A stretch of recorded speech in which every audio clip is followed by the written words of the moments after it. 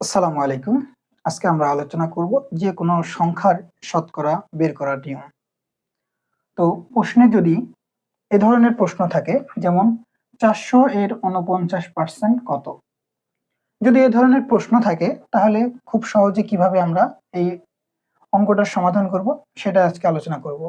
তো এই ধরনের অঙ্ক থাকলে আমাদেরকে যেটা করতে হবে, প্রথমে নেওয়া লাগবে ৪০০ এবং এর কারণে এইটার কারণে আমরা লিখবো কি এখানে গুণ, তারপরে 49 আমরা এখানে গুণ করব, আর নিচে নিব এই পার্সেন্টের জন্য নিচে নিব কত 100 নিব।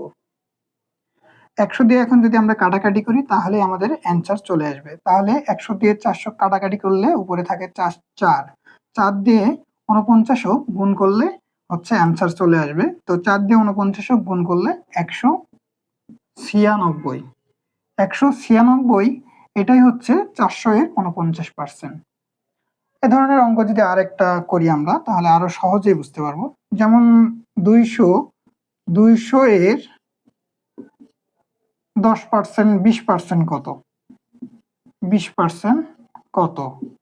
এই ধরনের যদি অঙ্ক থাকে তখন আমরা কি করব, সেম সেম ভাবে আমরা 200 নিব, এর কারণে আমরা কি দিব গুণ দিব, 20টা গুণ দিব, আর এই পার্সেন্টের কারণে আমরা কি নিব 100 নিব নিচে। এই 100 দিয়ে 200 কাটাকাটি করলে হয়ে যাচ্ছে। তাহলে 20 দুগুণে 40, 40, 40 এটাই হচ্ছে অ্যান্সার। ঠিক আছে। এই একইভাবে আমরা যদি আরেকটা অঙ্ক করি যে 25 এর 10% কত? 10% কত? ঠিক আছে।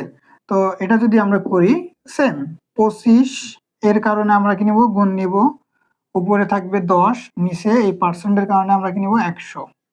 100 দিয়ে 25 গুণ কাটাকাটি করলে হচ্ছে এখানে 4 4 দিয়ে যদি আমরা দশক করি তাহলে হচ্ছে বের হবে 2.5।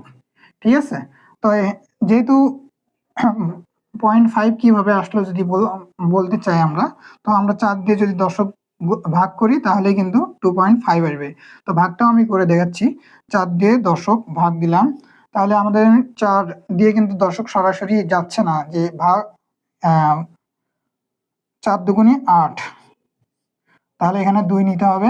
যেহেতু এখন অবশিষ্ট থাকতেছে কত 2, 4 দিয়ে তো 2 যাবে না, যেহেতু 2 হচ্ছে ছোট, এই জন্য আমরা শূন্য নিব। এই শূন্য নেওয়ার কারণে এখানে কি দেওয়া লাগবে, পয়েন্ট দেওয়া লাগবে।